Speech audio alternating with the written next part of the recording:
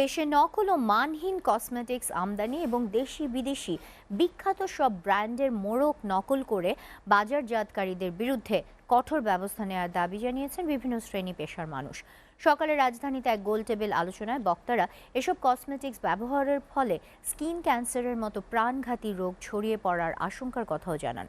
অনুষ্ঠানে ভোক্তা অধিকার সংরক্ষণ অধিদপ্তরের মহাপরিচালক দেশে মানসম্মত প্রসাধনী তৈরি এবং ব্র্যান্ডিংয়ের মাধ্যমে রপ্তানির তাগিদ দেন। সাদমান সাকিবের প্রতিবেদন। শহর কিংবা গ্রাম সবখানেই বিভিন্ন শোরুম অথবা দোকানে ছেয়ে গেছে দেশি বিদেশি বিখ্যাত সব ব্র্যান্ডের নকল প্রসাধনী। এসব পণ্য ব্যবহারের ফলে অনেকে আক্রান্ত হচ্ছেন ত্বকের বিভিন্ন রোগে। এছাড়া অবৈধ পথে আমদানির ফলে বিপুল পরিমাণ রাজস্ব থেকেও বঞ্চিত হচ্ছে দেশ। মাঝে মধ্যে আইন শৃঙ্খলা বাহিনীর অভিযানে ধরা পড়লেও থেমে নেই অবৈধ পথে আমদানি এবং নকল কসমেটিক্স তৈরি। ভোক্তা অধিকার সংরক্ষণ অধিদপ্তর মিলনায়তনে মানহীন বিদেশি পণ্যের ডাম্পিং স্টেশন নাকি সর্বাধুনিক প্রযুক্তির মানসম্মত পণ্য প্রেক্ষাপট বাংলাদেশ শীর্ষক আলোচনায় এসব বিষয় তুলে ধরা হয়।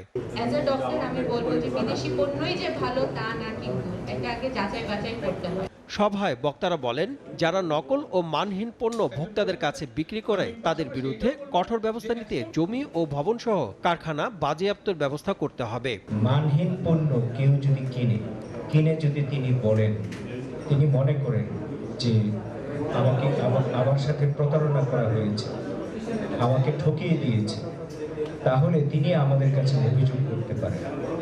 এইখান থেকে শুরু করে ওখান পর্যন্ত সবাই যখন নিজের প্রতি যত্নশীল, তখন কিন্তু অনেকেই যারা বুঝে না বুঝে অনেক সময় কিন্তু আমরা বিভিন্ন ভেজাল পণ্যের সম্মুখীন হয়ে যাচ্ছি। অনুষ্ঠানে ভোক্তা অধিকার অধিদপ্তরের মহাপরিচালক বলেন, মানসম্মত পণ্য উৎপাদন করতে পারলে দেশীয় বাজার বড় করার পাশাপাশি বিদেশে রপ্তানি করাও সম্ভব।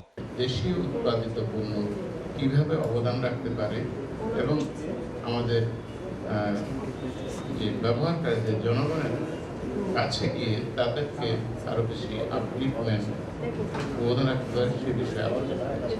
আমি আশা করছি যে এই আলোচনা অনেকাংশে আমাদের সচেতনতা তৈরি করেছে। এছাড়া তদারকির পাশাপাশি এসব পণ্য ব্যবহারে ভোক্তাদের সতর্ক হওয়ার আহ্বান জানান বক্তারা। সাদমান সাকিব, এসএটিভি, ঢাকা।